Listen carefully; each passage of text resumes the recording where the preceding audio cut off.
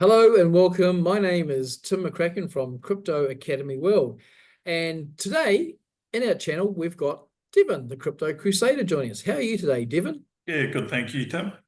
That's good to hear. So we've got quite a fascinating insight today. So before we get started, I'd just like to let anyone know if you'd like to come on to the channel and ask any questions direct, you can, or alternatively, you can send them in and we'll go away and research and come back to you.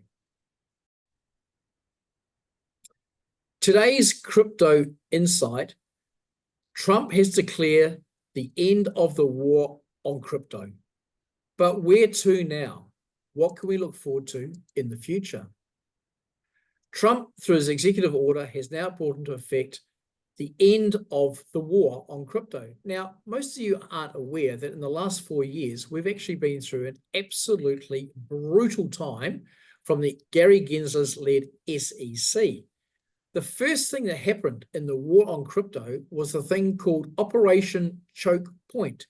What they did in collusion with large centralized banks such as JP Morgan and all the other centralized cronies, what they did was they prevented people transferring money from their banks into crypto exchanges, thus reducing the liquidity. People could not buy crypto. They were choked from entering and sometimes choked from exiting. Even if you could sell your crypto, you couldn't bring it down, the money into your bank. As you know, choking is an exercise of cutting off oxygen and supply until it dies. However, cryptocurrency people are resilient. We've spent nearly 4 years trading within ourselves, moving from one sector to another, looking for the highs and lows. There's been a huge battle recently, and a lot of banks are now starting to allow liquidity to come back into the market. Once this now comes into full effect, we're going to see the floodgates open and more money come in. Debanking. Oh, question, Tim. What does debanking mean? I've heard the word before, but I don't really actually understand what it means. Yes, so what happened here is literally what it says. You get debanked. Your bank sacks you, right? They write to you and say you've got 24 or 48 hours to clear your account out of all the funds, transfer it to another bank, and close the accounts. And if you don't do it, they'll close it on your behalf, and the funds will be held for you to collect at a later date. It's like being expelled from school, right? However, the criteria was really draconian. What Gary Gensler was doing with his cronies, they were going around and they were going up to certain customers that were crypto businesses, and their banks would collude with the SEC or vice versa. The banks would then say, you're out. No warning, no appeal, just boot out the door. Nowhere to go. And that's what debanking is. It is a really brutal exercise. And those businesses that did not die because of Operation Choke Point, this was the next step, was to say, well, we're just going to take your banking away and just go away and die on the vine. It is so illegal. There's no recourse against the person, and has been absolutely brutal. Then there's been the excessive uses of a Wells notice. What a Wells notice is just a letter from the SEC saying you are going to be subject to future lawsuits. Once that Wells notice is issued, like they did on Coinbase and a lot of 18 other businesses and cryptocurrencies, if you've got a Wells notice on you, that means you've got legal issues problems. So even if you haven't been debanked, your bank probably won't want to know you anyway, to make it even harder. No regulation clarity. For example, XRP, and I know with Coinbase, regularly would go to the offices of the SEC with Gary Gensler, saying, could you give us an opinion on this? Does this comply? He would never do that, and he kept sending them away. Then he would turn around and say, you do not comply, and here's a Wells notice.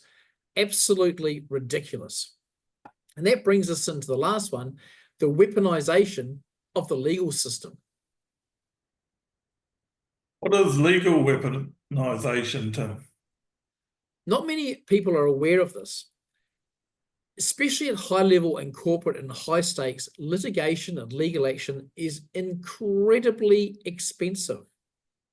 So the weaponization is when someone brings a frivolous lawsuit or a claim against you that you must defend in court, knowing that you do not have the financial resources to fight it, and therefore you'll go broke.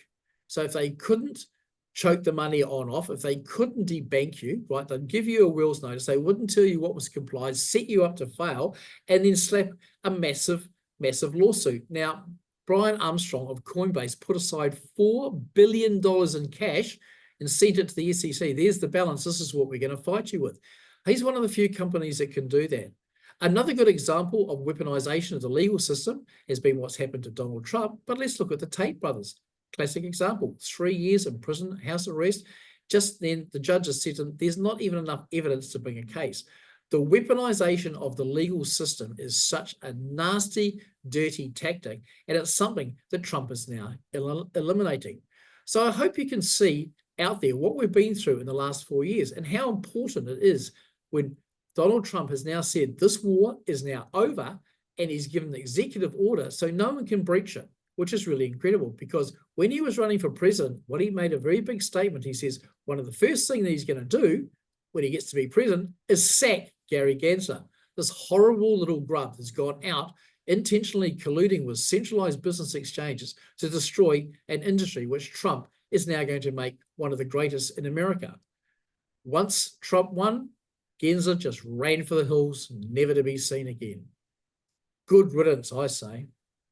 Well, today's insight has had a lot of depth, and I hope you can see what we've all been through. Good news is we're now moving forward.